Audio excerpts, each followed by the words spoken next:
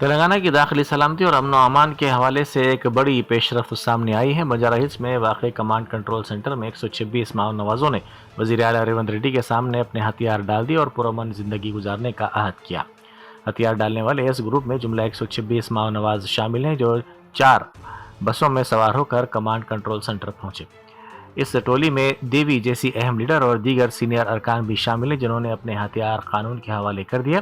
ماؤ نوازوں نے نہ صرف خود کو پولیس کے حوالے کیا، بلکہ اپنے ساتھ لائے گئے جدید ہتھیار اور گولہ بارود بھی وزیر اعلیٰ اور پولیس حکام کے سامنے رکھ دیے۔ سنگاپور سے شمس آباد آنے والی سنگاپور ایئر لائنز کی ایک پرواز کو ای میل کے ذریعے بم سے اڑانے کی دھمکی موصول ہوئی، جس کے بعد شمس آباد ایئرپورٹ پر کھلبلی مچ گئی۔ ایئرپورٹ حکام کو فوری طور پر الرٹ کر دیا گیا اور ہنگامی اقدامات شروع کر دیے گئے۔ جیسے ہی طیارہ ایئرپورٹ پر لینڈ ہوا، سیکورٹی عہدیداروں نے فوری طور پر اسے گھیرے میں لے لیا اور طیارے کو محفوظ مقام پر منتقل کر دیا گیا۔ اس کی مکمل طور پر تلاشی لی گئی، تاہم تلاشی کے بعد اس میں بم برآمد نہیں ہوا اور یہ اطلاع جھوٹی ثابت ہوئی۔ وزیر اقلیتی بہبود محمد اظہرالدین، رکن پارلیمنٹ سریش کمار شیٹکر، سیکرٹری ٹیمریز شفیع اللہ اور مقامی صدر نشین و کونسلرز نے ظہیر آباد میں حج ہاؤس کا تفصیلی معائنہ کیا اور بعد ازاں افطار پارٹی میں شرکت کی۔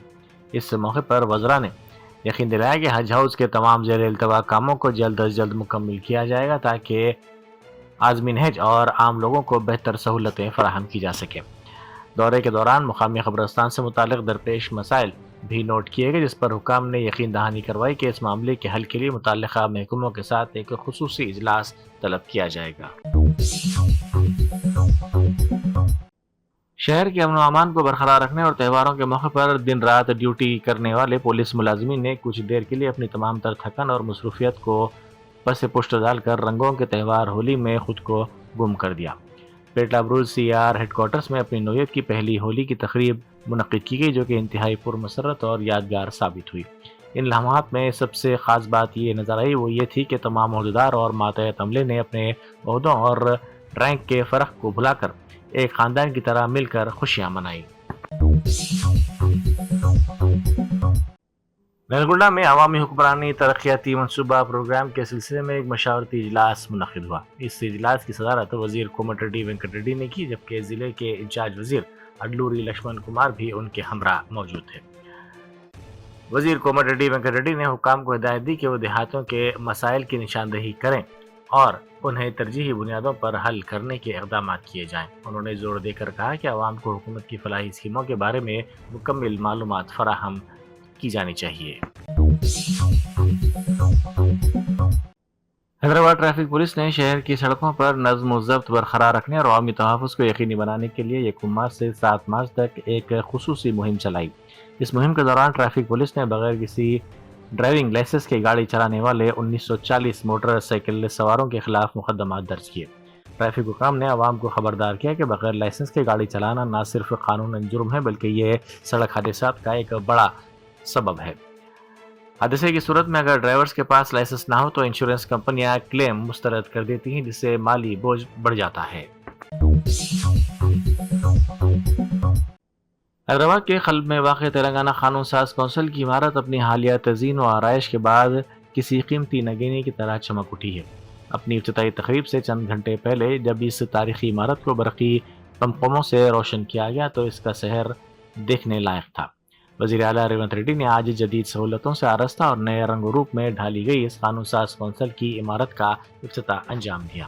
یہ عمارت ریاست کے سیاسی اور تعمیراتی ورثے کی علامت ہے، جسے اب بین الاقوامی معیار کے مطابق جدید تر بنایا گیا ہے تاکہ قانون سازی کے عمل کو مزید بہتر بنایا جا سکے۔ بینک ملازم بن کر کروڑوں روپے کے لون کا جھانسا دینے والا ایک شخص گرفتار کر لیا گیا۔ پولیس نے اس کے پاس سے نقد رقم اور سونے کے علاوہ کار برآمد کر لی۔ Secunderabad zone D C P office میں منعقدہ پریس کانفرنس کے دوران پولیس نے اس بدنام زمانہ دھوکے باز کی گرفتاری کا انکشاف کیا، جو خود کو IDFC فرسٹ بینک کا ملازم ظاہر کر کے لوگوں کو لوٹا کرتا تھا۔ رام گوپال پیٹ پولیس اسٹیشن کے حدود میں کارروائی کرتے ہوئے پولیس نے ملزم بھرت سائی چندرا کو حراست میں لے لیا۔ ملزم نے راکھی جین نامی خاتون کو 2 کروڑ 80 لاکھ روپے کا بینک لون دلانے کا جھانسا دیا اور اس بہانے